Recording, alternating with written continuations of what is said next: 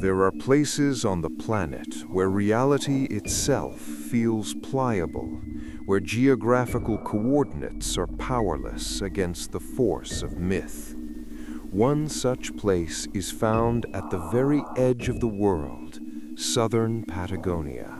It is a land where civilization ends and the all-consuming, chilling wind begins.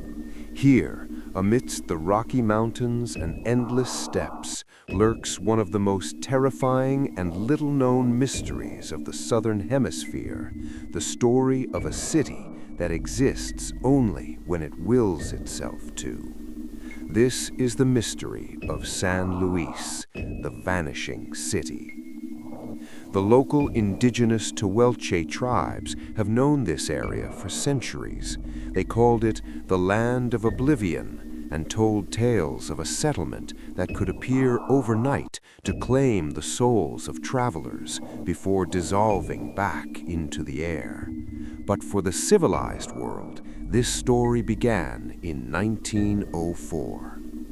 An Argentine surveyor and explorer, Juan Cortez, along with his guide, Miguel, was caught in a sudden, merciless storm typical of the region. They were desperately seeking shelter, and in the midst of that snowy, icy fury, Cortez saw it.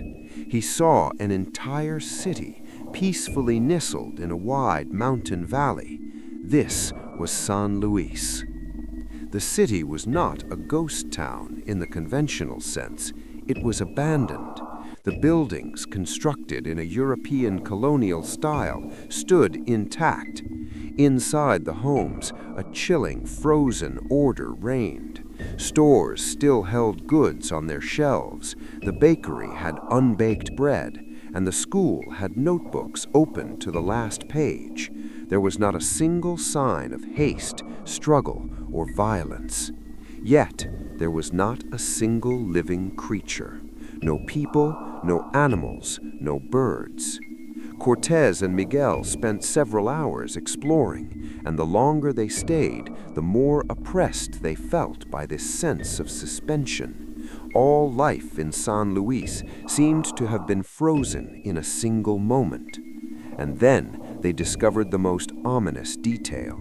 In every house, every shop, at the train station, in the mayor's office, all the clocks, from wristwatches to tower clocks, displayed the exact same time, precisely 1:47. Not 1:46, not 1:48. It felt like a silent, obsessive verdict handed down by reality itself.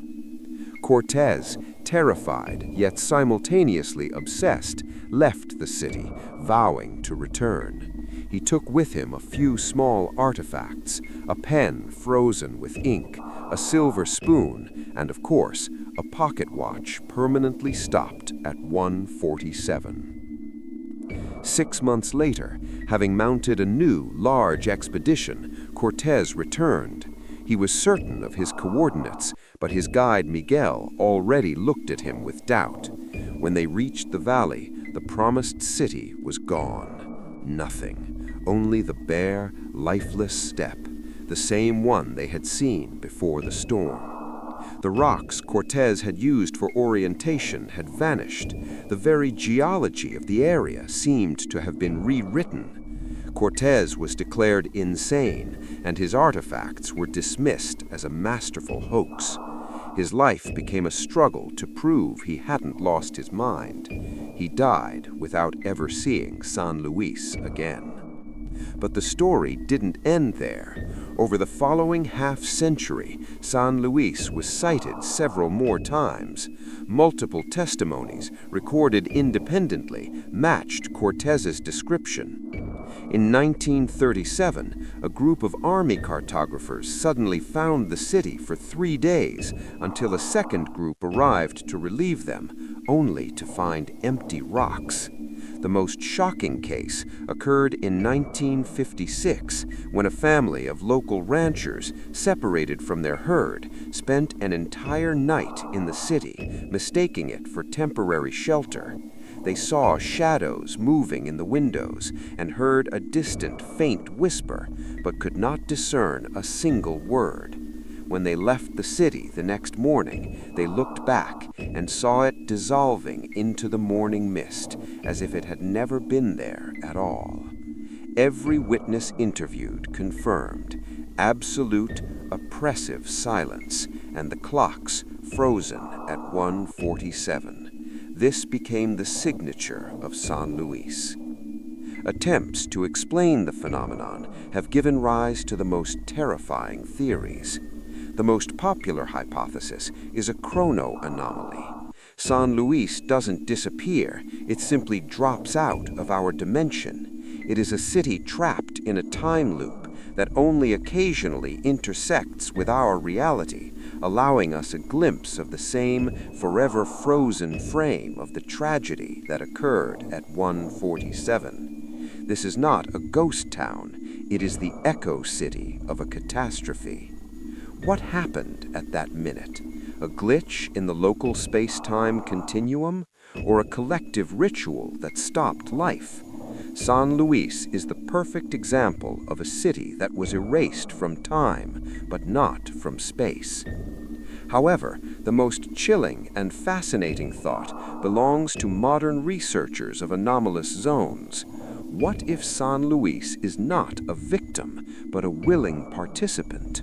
What if the inhabitants, facing some unspeakable horror, chose to depart from our dimension? The city was untouched. All belongings were in place. This was not an evacuation. This was an ordered disappearance. They left the food, and they left the clocks as a signal, 1:47, as the point of no return. They didn't want to be found, and they used some occult or technical method to seal themselves off from whatever might have pursued them. And now this frozen world appears before us as a warning, as a mirror reflecting the possibility of total, clean disappearance. San Luis remains a living, pulsing question in the heart of the Patagonian wasteland. It is not merely a hoax, it is a verified, though unexplained, anomaly.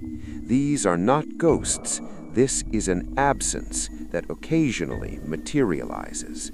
And everyone who sets out to find this city risks finding not treasures, not answers, but their own destiny, forever frozen at 1:47. Because when the city appears again, you will never know how much time you have left before it calls you back into its icy oblivion.